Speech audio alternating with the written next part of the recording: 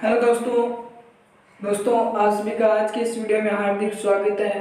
तो दोस्तों कल का जो लेक्चर है यदि आपने अभी तक नहीं देखा है तो इस वीडियो के डिस्क्रिप्शन बॉक्स में मैंने उस वीडियो की लिंक दी गई है।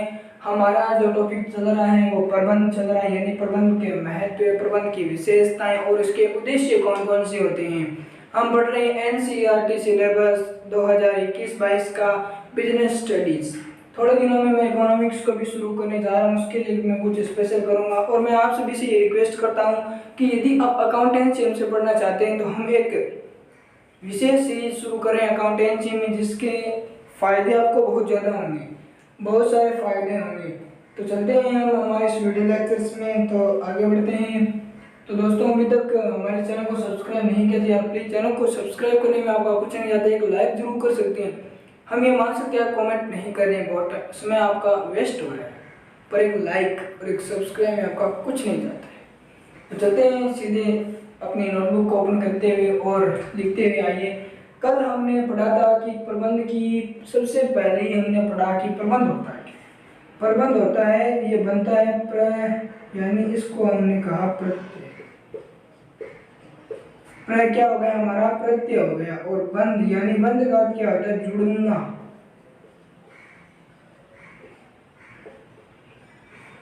इससे बना है प्रबंध शब्द, प्रधन बंध से बना है, मिलकर ये बनता है प्रबंध। तो अब हम थोड़ा देखते हैं, अब हम देखेंगे प्रबंध की विशेषताएं यानी कैरेक्टरिस्टिक्स ऑफ मैनेजमेंट। सबसे पहले मैंने प्रबंध को यहाँ पर पोस्ट में लिखा, यहाँ से यहाँ पर केवल अब आपका ध्यान कहीं और जाना ही नहीं चाहिए, केवल आपका ध्यान केवल मेरी और न होकर बोर्ड की तरफ आने से, मेरी जो बातें निकल रही है मुंह से उसको आप कैचअप करिए। तो देखिए सबसे पहले हमने लिखा है प्रबंध। प्रबंध की सबसे इम्पोर्टेंट और सबसे पहली विशेषता आती है कि प्रबंध क्या होता है, कि मैनेजमेंट का क्या होता है, कि एक उद्देश्य होता है। ये आप जानते हैं, मैं यहाँ पर बोर्ड पर आपको ऐसे नहीं लिखाऊंगा कि प्रबंध के उद्देश्य में कौन कौन सी बातें लिखी हुई है आपके नोटबुक की, वो मैं क्यों नहीं बता रहा हूँ, क्योंकि यदि आपको मैं वो बातें दिखाऊंगा तो आप एक सबसे की फैक्टर ये कि आपका टाइम वेस्ट होगा, और टाइम वेस्ट होने के साथ साथ आप यदि मैं उसको लिखूंगा, ये बात हालांकि अलग है कि मैं अपनी और यहाँ पर स्क्रीन पर आपको यहाँ पर उसकी स्क्रीनशॉट डाल दूंगा, वहां से आप देख सकते हैं। मैं अब वो नहीं करूंगा कि इसकी जो पूरी डेफिनेशन है वो सब कुछ लिखूं आपको, क्योंकि मैं यहाँ पर आपको केवल समझाने के लिए आया हूँ। यदि आपको वही चीजें पढ़नी होती है तो आपके पास उसकी नोटबुक है, वहां से आप पढ़ सकते हैं, पर आपको समझ में नहीं आ रहा है, उस डाउट को आप क्लियर करने के लिए हमारे चैनल पर आए हैं। तो सबसे पहले कौन सी बात आती है हमारे यहाँ कि प्रबंध एक उद्देश्यपूर्ण प्रक्रिया है। मैनेजमेंट क्या है, एक प्रोसेस है। उद्देश्य यानी क्या है कि प्रबंध, चाहे प्रबंध हो, चाहे कोई भी संगठन हो, चाहे राजनीतिक संगठन हो, चाहे धार्मिक संगठन हो, वो कुछ न कुछ उद्देश्य के लिए ही उसको स्थापित किया जाता है। ये आप बात से मेरी सहमत है कि चाहे कोई भी संगठन हो वह उद्देश्य के लिए स्थापित किया जाता है, और उसके उद्देश्य स्पष्ट होने चाहिए, सरल होने चाहिए, और ताकि ऐसे उद्देश्य स्पष्ट और सरल होते हैं, वो आसानी से प्राप्त करने योग्य होते हैं, इनको हम आसानी से क्या कर सकते हैं, प्राप्त कर सकते हैं। तो सबसे पहली बात कि कोई भी संगठन हो, चाहे राजनीतिक हो चाहे धार्मिक हो, यहाँ पर देखिए मान लेते हैं, उदाहरण देता हूँ मैं आप सभी को, ये हमारा क्या है, एक संगठन है, ये हमारा क्या है, एक संगठन है। ये देखिए ये हमारा, मैं यहाँ पर नाम डाल देता हूँ, संगठन यानी प्रबंध यानी मैनेजमेंट है हमारा एक। इस मैनेजमेंट के कोई उद्देश्य होंगे, कोई भी उद्देश्य है, यह उद्देश्यों के प्राप्ति के लिए स्थापित किया जाता है। इसके कुछ मुख्य उद्देश्य हैं, मान लेते हैं ये मैनेजमेंट है। मैनेजमेंट ये हमारा क्या है, संगठन है, ऑर्गेनाइजेशन है हमारा ये कुछ ना कुछ उद्देश्यों के लिए स्थापित किया जाता है। ये बात से सहमत है। नंबर 1, ये कुछ ना कुछ उद्देश्यों को प्राप्त करने में सहमत, मतलब कुछ ना कुछ उद्देश्यों की प्राप्ति के लिए किया जाता है। नंबर 2, इसके उद्देश्य हमेशा सरल और स्पष्ट होने चाहिए, जिससे कि उन उद्देश्यों को आसानी से हम क्या कर सकते हैं, प्राप्त कर सकते हैं। नंबर 2 बात। तीसरी ये आती है कि उन उद्देश्यों की प्राप्ति में हम केवल अपना ही फायदा न देखें, दोनों का, कस्टमर और हमारा दोनों का फायदा हो, ऐसा कार्य हम करें। नंबर 3 बात। अब एक उदाहरण देता हूँ मैं, आप क्या देता हूँ, आपको उदाहरण देता हूँ। मान लेते हैं एक फुटकर व्यापारी है, किसका, एक फुटकर व्यापारी है, मान लेते हैं फुटकर व्यापारी किसका है, जूतों का है, यानी शूज का है, एक फुटकर व्यापारी जूतों का है। तो उसका उद्देश्य क्या रहेगा कि मैं अधिक से अधिक इन जूतों की सेल करूं, यानी इन जूतों को अधिक से अधिक मैं बेचूं। अब वहीं पर ही हम देखें कोई सामाजिक संगठन है, उसका उद्देश्य क्या रहेगा कि मैं ज्यादा से ज्यादा लोगों की क्या करूं, सेवा करूं। तो यहाँ पर उद्देश्य वाला पॉइंट आपका क्लियर हो चुका होगा। और यदि आपको ज्यादा जानकारी लेनी है तो अपनी बुक से एक बार इसको रिव्यू पढ़िए और हमारी बातों को ध्यान दीजिए, आपको आसानी से समझ में आएगा। प्रबंध एक उद्देश्य है, यानी मैनेजमेंट एक ऑब्जेक्ट है, ये आपको क्लियर हो चुका होगा। तो अब चलते हैं, प्रबंध सर्वव्यापी है। ये पॉइंट भी थोड़ा बहुत आसान हो सकता है आप सभी के लिए यदि आपने पहले पढ़ा है। प्रबंध सर्वव्यापी का यहाँ पर अर्थ क्या होता है, सर्वव्यापी, यानी सर्वव्यापी का अर्थ क्या होता है, यहाँ पर देखिए सर्वव्यापी यानी सभी जगह पाया जाता है। सर्वव्यापी का यहाँ पर अर्थ क्या है मैं समझा देता हूँ। प्रबंध एक सर्वव्यापी यानी प्रबंध सभी जगह पाया जाता है, चाहे वह राजनीतिक संगठन हो, चाहे वह धार्मिक संगठन हो, चाहे वह आर्थिक संगठन हो, सभी जगह प्रबंध पाया जाता है। यानी ये हो सकता है कि उनके उद्देश्य अलग अलग हो सकते हैं, लेकिन प्रबंध सभी जगह समान रूप से पाया जाता है। चाहे कोई भी संगठन हो, सामाजिक है तो उसका अलग उद्देश्य होगा, वहां पर प्रबंध भी होगा, चाहे राजनीतिक है तो वहां पर अलग होगा, आर्थिक है तो वहां पर अलग होगा। प्रबंध सभी जगह समान रूप से पाया जाता है, यह सर्वव्यापी हो गया।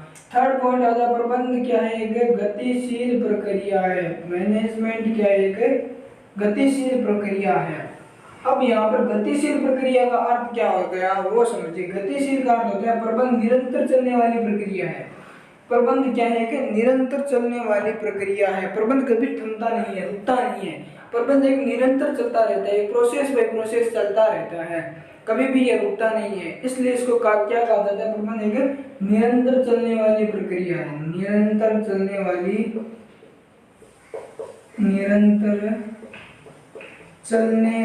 प्रक्रिया है। प्रबंध की निरंतर चलने वाली प्रक्रिया है। ये देखिए कि प्रबंध क्या है, निरंतर चलने वाली प्रक्रिया है। प्रबंध एक गतिशील कार्य है क्योंकि निरंतर चलने वाली प्रक्रिया। प्रबंध सभी जगह पाया जाता है, ये भी हो चुका है। गतिशील अर्थ क्या, निरंतर चलने वाली प्रक्रिया है। जैसे मान लेते हैं हम कि हमारे यहाँ भारत का जो मैनेजमेंट है उसका तौर तरीका अलग होगा, पर यहाँ पर क्या होगा, मैनेजमेंट तो होगा ही। अब हम लेते हैं उदाहरण जापान का मैनेजमेंट है, पर वहाँ भी मैनेजमेंट होगा, पर वहाँ के तौर तरीके सभी में भिन्नता अवश्य पाई जाएगा। अब अगला पॉइंट आता है इसका, 4 नंबर पॉइंट आता है, ये इसकी सबसे इंपॉर्टेंट वाली परिभाषा यहाँ चुकी, सॉरी विशेषताएं हैं 4 सबसे इंपॉर्टेंट है, 2 या 3 और बची है, वो आप एक बार अपनी बुक से रिवीजन कर सकते हैं।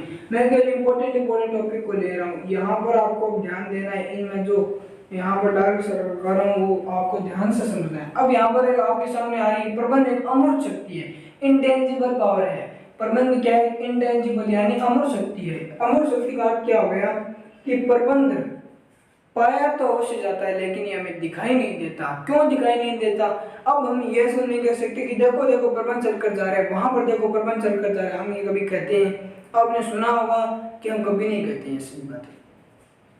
अब प्रबंध एक इंटेंजिबल एसेट्स यानी अमूर्त शक्ति है। कैसे है कि प्रबंध संगठन में अवश्य पाया जाता है, लेकिन ये दिखाई नहीं देता। ये दिखाई नहीं देता, क्यों नहीं दिखाई नहीं देता है। इसको हम उसकी प्रबंध की सफलता, उसके अच्छे परिणाम आदि के आधार पर हम महसूस कर सकते हैं कि आपने सुना होगा, जैसे हम बात करते हैं रिलायंस इंडस्ट्री की, आपने ये तो सुना होगा कि उस रिलायंस इंडस्ट्री का है जो प्रबंध है यानी जो मैनेजमेंट है वो बहुत ही शानदार है। कुछ भी हो, उसका मैनेजमेंट में बहुत ही शानदार है, तभी तो वो सफल हो रहा है। आपने कभी देखा है कि ये प्रबंध है, इसमें 1 नंबर प्रबंध वाला व्यक्ति ये, 2 नंबर वाला व्यक्ति ये, आपने कभी नहीं देखा। आपने ये सुना है कि वहाँ का जो मैनेजमेंट है वो बहुत ही शानदार मैनेजमेंट है, इसके कारण ही उसकी सफलता देखी जाती है। तो अब अमूर्त शक्ति का एक आसानी से मैं बता देता हूँ। अब ये अमूर्त शक्ति, प्रबंध को एक अमूर्त शक्ति किसने कहा था, जॉर्ज आर टेरी ने कहा था। यहाँ पर नोट डाल के लिख लीजिए, जॉर्ज आर टेरी टेरी आपकी बुक में नहीं है, आप पेज मत पलटिए, मैं आपको देख रहा हूँ आप पेज पलट रहे हैं अपनी बुक के। केवल यहाँ पर ध्यान रखिए George R Terry important point है ये आपके नजरिए के से लेवल के नजरिए से इंपॉर्टेंट पॉइंट है। जॉर्ज आर टेरी ने कहा कि प्रबंध की एक अमर शक्ति है। अब अमर शक्ति का एक बार विस्तार से बता देता हूँ कि प्रबंध एक अमर शक्ति क्यों है। क्योंकि प्रबंध हमें कभी भी दिखाई नहीं देता है, प्रबंध केवल तभी दिखाई देता है जब हम इसकी सफलता, उसके अच्छे परिणाम, उसकी विस्तारकाय सफलता के कारण हम उसको महसूस करते हैं। उस प्रबंध को कभी छुआ या देखा नहीं जा सकता, केवल उसके परिणामों, उसकी सफलता आदि के आधार पर महसूस किया जा सकता है। यही बात है कि प्रबंध एक अमूर्त शक्ति है। मैंने आपको चारों पॉइंट अच्छी तरीके से समझा दिए। यदि आपको ये वीडियो पसंद आया तो लाइक कीजिए, चैनल पर नए तो सब्सक्राइब कीजिए और एक कमेंट, एक अच्छा सा कमेंट जरूर छोड़िए। हमारे लिए कमेंट जरूर कर सकते हैं आप, बस इतना करिए। और मिलते हैं अगले वीडियो में, तब तक के लिए धन्यवाद दोस्तों। ऐसे ही अपना प्यार हम पर बनाए रखिए।